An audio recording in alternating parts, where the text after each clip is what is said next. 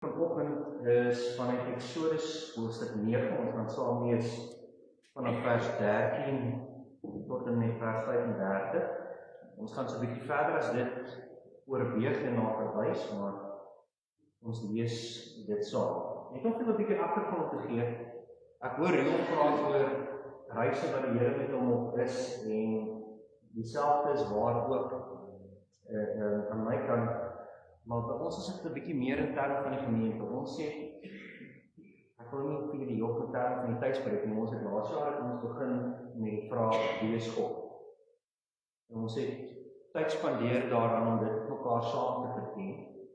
En sê dit die begin van die jaar, en ons jaarthema eenvoudig in God. Hoekom wil ek in God wees? Wat beteken dit om in God te wees?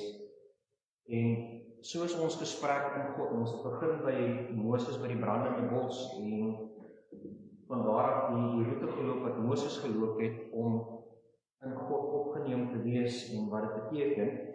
En tans is ons besig met die plaag, en volgende Sondag maak ons dan klaar met die plaag, wat dan ook in Egipte plaasgevind het.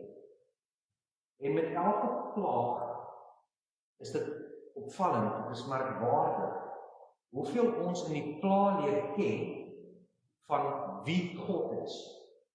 Hoeveel ons leer ken van die feit dat dit gaan nie oor wie ek is nie, dit gaan oor wie God is. Ons het om die waarheid te sê, toe Moses by die brandende bos vir God vra, maar wie is ek dat ek by die Farao sou waag? Was God se antwoord, wie jy is, raak hier relevant vir wie ek is. En dit is die roete wat ons geken het, en vanoggend, wanneer ons dan nou by die 7de plaag, die 8ste plaag en die 9de plaag gaan draai. En ons praat oor die haal, oor die springkane en oor die 3 dae droogte. Dan kom ons baie vinnig agter hoe erg wie ek is, totaal al wegkry voor wie God is. Ons lees saam met Exodus 9, ons lees vanaf vers 13. Daarna het die Here vir Moses gesê, staan môreoggend vroeg op en gaan na die Farao toe en sê vir hom, so sê die Here, die God van die Hebreërs, laat my volk gaan om my te dien, anders gaan ek jou hierdie keer met 'n groot ramp tref en ook jou amptenare en jou mense. Opvallend dat hy sê, ek gaan jou hierdie keer met 'n groot ramp tref, want hier sal 6 plaae verby, elkeen meer verwoestend as die vorige. Maar hierdie keer gaan ek jou met 'n groot ramp tref. Hy sê, dan sal jy besef dat daar op die hele aarde niemand soos ek is nie. Na regte moes ek nou al my hand uitgesteek het en jou mense met 'n pes van die aarde af uitgewis het. Hou vas aan daai vers. Na regte moes ek nou al jou mense uitgewis. Vers 16. Daar is net een rede waarom ek jou nog laat lewe, en dit is dat ek jou my mag kan wys en my naam daardeur oor die hele wêreld geroem kan word. Nog steeds hou jy jou groot hier my volk en laat jy hulle nie gaan nie. Môre hierdie tyd gaan ek 'n verskriklike swaar haalstorm laat losbars, soos daar nog nooit in die bestaan van Egipte was nie. Laat nou al jou vee en alles wat buite is na veiligheid bring. Het gekom. Tot en met vers 18. Tot en met die woorde, môre hierdie tyd gaan ek 'n verskriklike haalstorm laat losbars. Is daar enige flikkering van hoop in dit wat ons lees? Nie soveel nie. Daar's geen flikkering van hoop nie. Dan ewe skielik kom die woorde, laat nou al jou vee en alles wat buite is na veiligheid bring.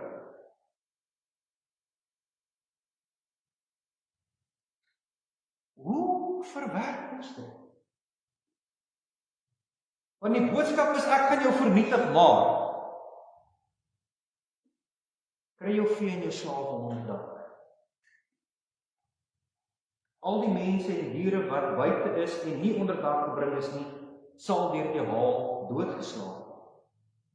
Die amptenare van die Farao wat bang geword het, toe hulle hoor wat die Here gesê het haastig hulle slawe en vee onder dak gebring, maar die wat hulle nie aan sy woorde gesteer het nie, het hulle slawe en vee buite laat bly. So was dit die straf wat hulle getref het, of was dit die gevolg van hulle eie hardkoppigheid? Dis 'n vraag om te vra. Vers 22. Toe het die Here vir Moses gesê, steek jou hand in die lug op, dat daar haal oor die hele Egipte kan kom, oor mens en dier, en oor al die plante van Egipte. Toe Moses sy kierie in die lug opsteek, het die Here donderslae en haal gestuur, en die blitse het tot op die grond geslaan. Die Here het die haalstorm oor Egipte laat losbars. Die haal het geval. Tussen die haal deur het die een blits op die ander gevolg, so erg soos dit nog nooit was vandat daar mense in Egipte woon nie. Die haal het die hele Egipte getref. Alles wat buite was, mens en dier, al die plante is deur die haal weggeslaan. Selfs al die bome is in repe geslaan. Ons daaroor is dorp waar ek bly, die haal slaan jou ruitte uit in jou huis. Maar ek het nog nooit gesien dat 'n boom in repe geslaan is nie. So dit hoort vir jou te sê, hierdie was vrees en jaag. Vers 26. Net in die Goshen-streek waar die Israeliete was daar nie haal. Die Farao laat roep toe vir Moses en Aaron en sê vir hulle, nou erken ek was verkeerd. Die Here het reg. Ek en my mense is skuldig. Bid tog tot die Here. Die donderslae en haal is vir ons te erg. Ek sal julle laat gaan. Julle hoef nie langer te bly nie. Toe het Moses vir hom gesê, sodra ek uit die stad is, sal ek my hande in gebed na die Here uitsteek. Dan sal die donderslae ophou en daar sal nie meer haal wees nie, dat u kan besef dat hierdie land aan die Here behoort. Wat u en die amptenare betref, ek weet u het nog nie ontzag vir u of vir God nie. Ek weet u het nog nie ontzag. Trefwoorde hier, nog nie. Vers 31. Die vlas en die garsoes is vernietig, omdat die gars in die aar en die vlas in die knop was, maar die koring en die sorghum is nie vernietig nie, omdat dit later ryp word. Julle moet dit hoor. Die koring, die vlas en die garsoes, baie. Maar die koring en die sorghum, het behou. Vers 33. Moses is van die Farao af weg uit die stad uit, en hy het sy hande in gebed na die Here uitgesteek. Die donderslae en die haal het opgehou en die stortbuie het bedaar. Toe die Farao sien die reën, haal en donderslae hou op, het hy maar weer verkeerd gedoen. Hy en sy amptenare was onversetlik.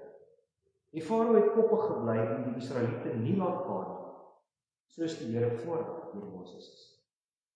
Lees eers net wat so.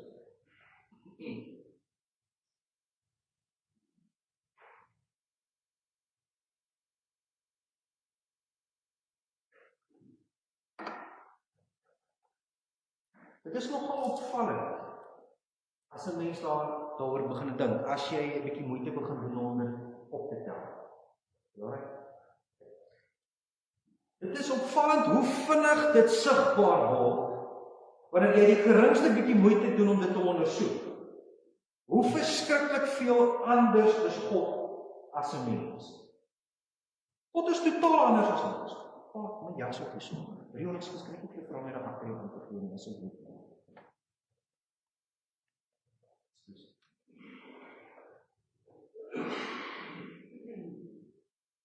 Mens skryf vinnig dat ek het begrip het. Die ene in die Ooskaap dan nie. Ja, ek het hom gehad nie. Ok, goed, kom ons volg weer terug. Ok, so, die oomblik dat ons die Bybel begin lees met die vraagstuk, wie is God? Jy hoef nie vreeslik hard te werk om te besef God is totaal anders as ons. God is dood eenvoudig nie soos mens. Ons lees dit ook in die Bybel dat God anders oordeel as mense, so dit is ons 'n maklike konsep om by uit te kom dat God anders doen as ons. Maar om by die konsep uit te kom van wie God is, sy identiteit is anders as ons. En dit is nogal iets om aan te herkou, want die oomblik dat jy dieper begin delf, dan kom jy by uitsprake soos, jy moet jou naaste lief hê soos jouself, nadat jy God lief het met alles in jou, Matteus 22, né? Wanneer die vertikale verhouding tot stand gebring is, dan eers vind die horisontale verhouding plaas van jou naaste soos jouself, en die teken van die kruis is oor jou hele lewe.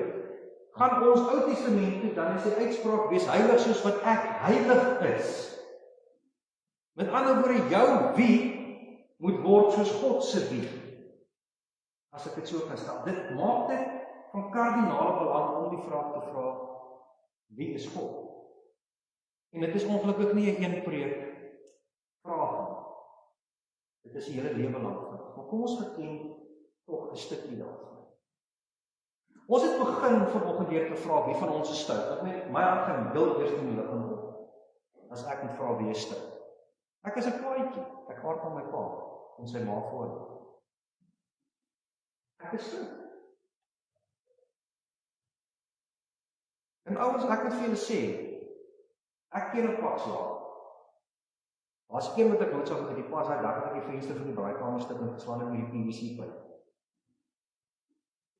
Of hy nie so weet en ek gaan nie verklap wat ek toe gedoen het nie.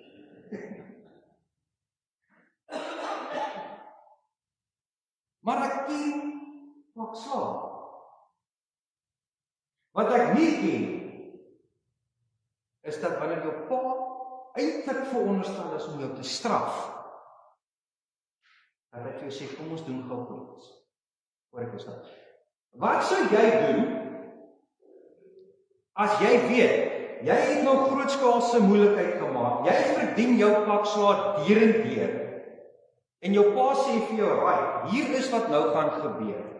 Jy gaan nou 'n draai loop, sodat jy nie jou broek nat maak wanneer die pak slaag kom nie. Dan gaan jy in my kantoor in en jy gaan die dikste boek wat jy daar binne kan kry van jy haal en jy gaan hom agter in jou broek indruk en dan gaan jy kamer toe sodat jou ma nie weet dat ek nie eintlik regtig pak slaag het. Ouens, ek dink as my pa dit vir my moes sê, het ek hom gevra, pa, waar is die dag af?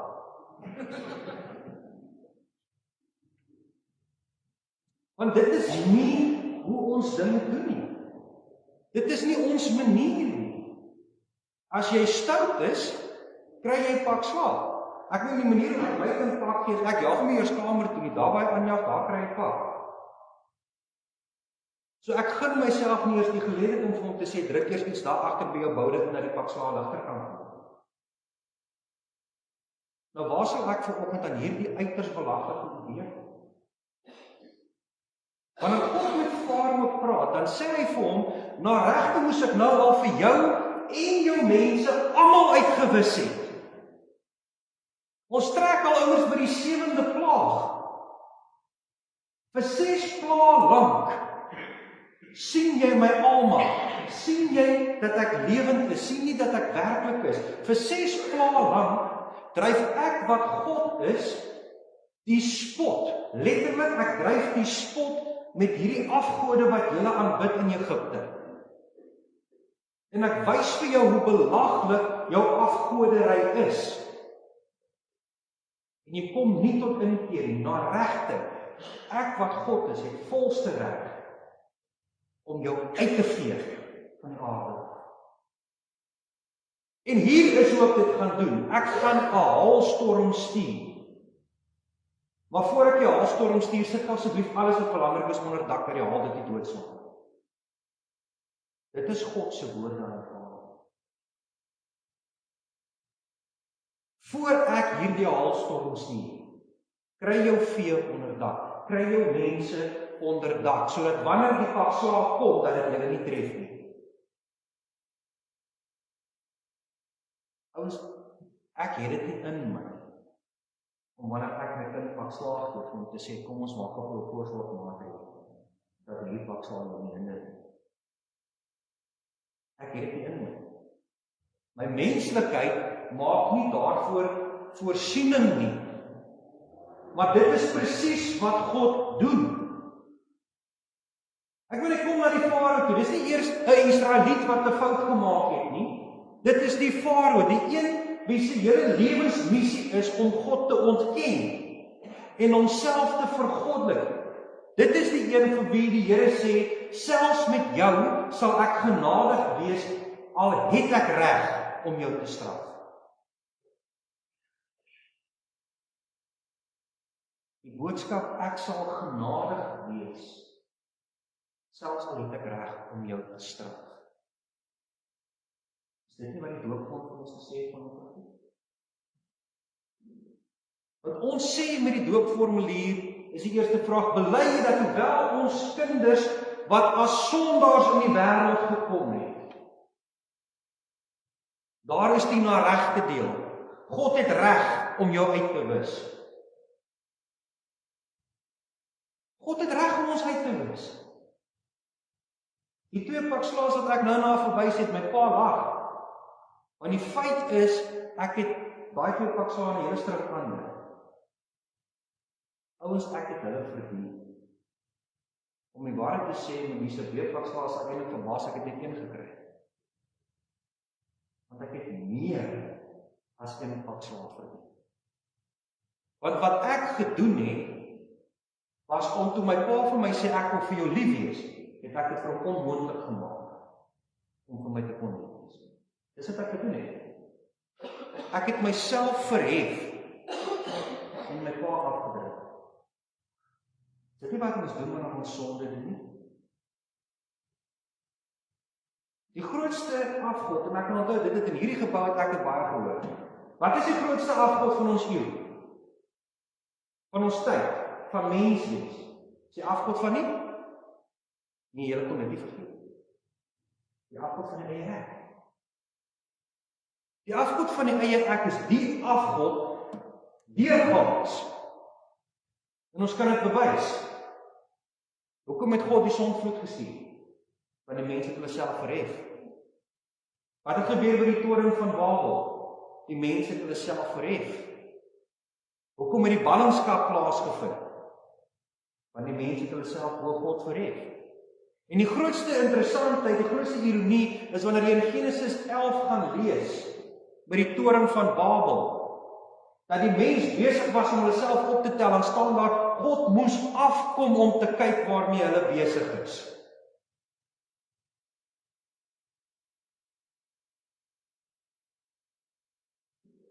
Die eerste gebod, ek is die Here jou God wat jou uit Egipte uit die plek van slawerny bevry het. Jy mag naas my geen ander gode dien. Hoekom?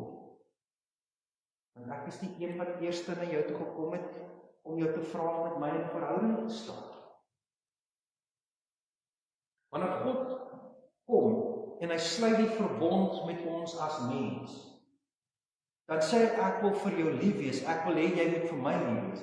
En wat is amper sê die goue reël van verhouding? Die goue reël van verhouding is wederkerigheid. Wederkerigheid. En die belangrikste ding om wederkerig plaas te vind vir 'n verhouding om te kan werk, om 'n kans te hê om te kan werk, is kommunikasie. God praat met my, ek praat met God. Johannes 10 vat 100% vas wat fout is met ons wêreld. Want Jesus sê, ek is die goeie herder, ek ken my skape, ek roep hulle op hulle naam, ek loop voor hulle uit, en hulle volg my. Hulle sal nie die stem van 'n vreemde volg nie, maar van hom af wegvlug. Ek sien nie 'n vreeslike hoeveelheid gevlugte reine mense. Wat ek wel sien, is 'n klomp mense wat in hulle neuse rondgelei. Dit sien ek wel. Want ons konsep van wie God is versteurd. Is verkeerd. Want ons dink aan God as die groot ou ballie daarbo, HD-uitdrukking. Die een met die groot boek en die dik pen staan, om al my foute op te teken. Miskien het dit iets te maak daarmee dat ons in Openbaring lees, U is waardig om die boek te neem en die seël oop te maak. Maar ek dink nie die Here teken aan hoekom ek nie geregtig is op die hemel. Ek dink die Here soek vrede is hoekom ek wel welkom is in die hemel. Ek dink dit is wat in daai boek opgeteken is.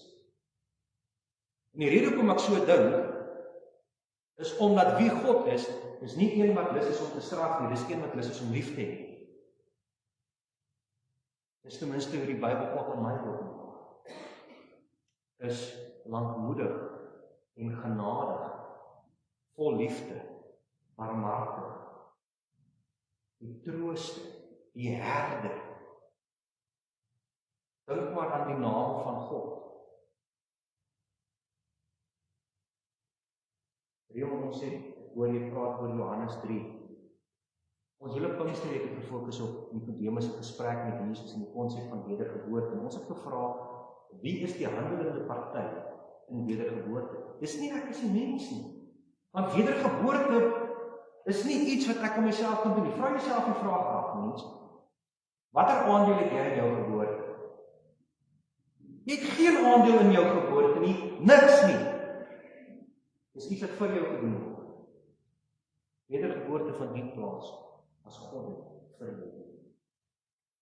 En hier kom God, wanneer hy met die Vader praat en hy sê, ek gaan 'n haalstorm stuur om jou pak te gee. Hier is die huisgenote wat jy oor jou boude moet vasbind voor die pakslaaf val. Kry jou mense onder die dak. En die gevolg van 'n pakslaaf vir my was dit 9 uit 10 keer was dit pyn en vernedering. So kom ons sê dit is 2 oeste wat verwoes word. Maar wat was die resultaat van 'n pakslaaf? 'n leergeleentheid en respek. 2 oeste word gewen. En dit is presies wat in Eksodus 9 gebeur. Die vlas en die garsings word vernietig, maar die koring en die sorghum bly behoue. Selfs in God se straf is God genadig. Selfs in sy woede kies hy liefde. Is dit omdat ek en jy so oulik is? Nee. Hoe genaamd nie, dit gaan oor wie God is. En by die doopvond kom vier ons dat God kies as gevolg van wie hy is om hom aan ons te kom vasmaak. En te sê, ek is nie hier om jou te straf nie, ek is hier om jou te lei, te begelei, te beskerm, te versorg. Dit is wie God wil wees. Jy het oorvloedig rede om saam met Dawid te kan sê, die Here is my herder.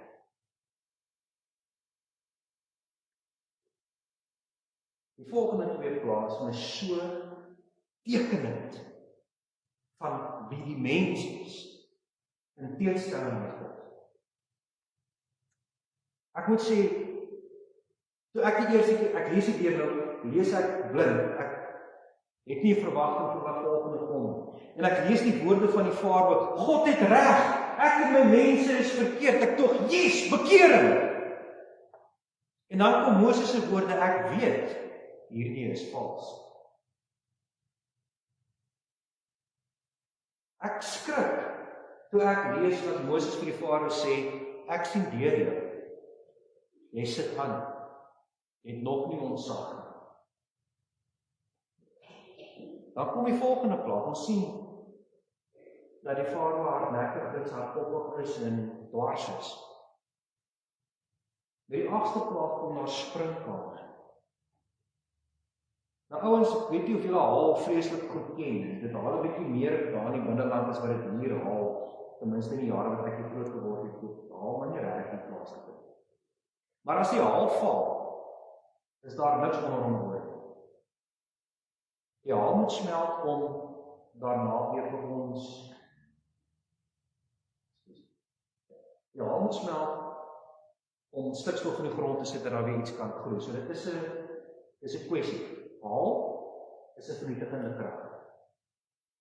Maar weet jy of julle kan onthou, so 'n paar jaar terug was hier 'n geweldige springkaanplaag wat groot dele van die Oos-Kaap tot in die Wes-Kaap, maar op die hele suid is deur die springkaane getref. Ons het was in waar was ons daai plek wat hulle so gebeur het, was in Pietermaritzburg. Ouers, dit lyk of die gras lewe, dis die springkane wemel. Ons het dit eerstehands gesien. Ons het die voorreg gehad om hierdie Babiaans kloof te ry in daai tyd. As jy nie jou wipers aansit, jy kan jy nie sien nie, want die sprinkane kom sit op jou bakkie se ry. So dit is sprinkhaanplaag. En ons lees hier dat toe die sprinkane aankom, was hulle so dig dat dit gelyk het soos duisternis wat aangewaai het. So kom die sprinkane, en nou moet jy nou in ag neem, hier is nou net 'n haalstorm hierdeur. Alles wat leef en beef is doodgeslaan. En nou kom die sprinkane, die bietjie groenigheid wat daar oor is. Dit word weggevreet. Wat is die Farao se antwoord? Die Farao se antwoord is hy wil met God begin onderhandel. Hy het sopas alles verloor wat belangrik is, maar hy wil met God onderhandel. God onderhandel nie met die Farao nie. Hy is soos Amerika en terroriste. Hy onderhandel. Na die sprinkane sal 3 dae donker, dis die 9de plaag. En vir die Egiptenare is die 9de plaag 'n besonderse erge een, want hulle hoofgod is die songod Ra, die een wat verantwoordelik is vir lig en hitte. En ons lees dit is so donker dat hulle mekaar nie kon sien nie, hulle het mekaar vasgeloop. Nou my prentjie bring so ek skat dat hulle miskien fakkels gehad het of iets om mee te loop in die paleis. Ek sien nie dit nou. Maar hulle het mekaar vasgeloop. Weet julle dat hierdie 3 plaag, haal en sprinkane in 3 dae donker. Dit verg vir my wat ek hoop ons geestelike reis en dit sal wees. Eerder as om te onderhandel soos die Farao onderhandel, want hy onderhandel met die 8ste plaag, hy onderhandel met die 9de plaag, en ek dink dis die rede hoekom die 10de plaag vir hom baie mooi bewys hy is nie goed. Toe ek hierdie lees, om die waarheid te sê, soos ek begin het met die voorbereiding vir die preek rondom haal, toe begin in Halenburgersdorp. So ek het net hierdie stuk klaar gelees, om sy gehardop om my honde om die dak in te kry, die kar in die garage in te trek, en al die vensters gaan toemaak, sodat die ruit nie kan stuk en slaan, as dit op die ander kant van die ruit is. Dit is my gesê op die regte plek. Maar ons geloofsreis, wat ek voorbid, wat ek vir myself bid, en ek loop die hele geloofs. As ek bid vir haar in my lewe. Ek bid vir haar. En ek bid dat God sy haal sal stuur om alles wat in my is, wat hy nie mee tevrede is nie, aan flarde te slaan. Ek bid dat God sal haal alles wat hy nie goedkeur nie in my lewe, stukkend moet slaan. En dat die vlas en die gaarsoes in my in die swak moet bly, want ek weet die koning en die sorg om wat God se goedkeuring werk, dit sal behou wees. So ek bid vir haar.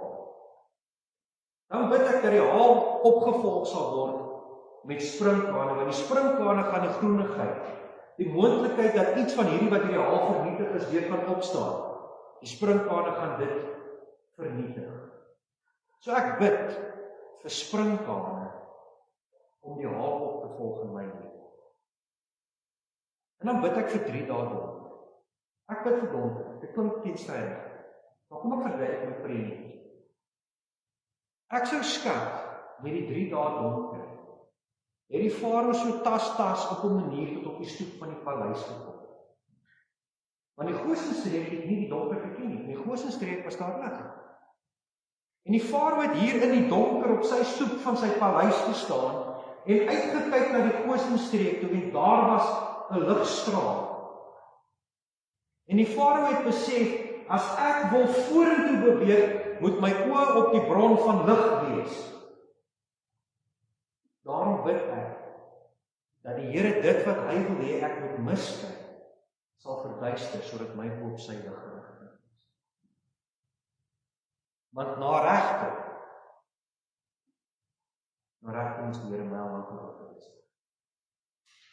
Want ek is nie net die stoutste, ek is 'n sondige.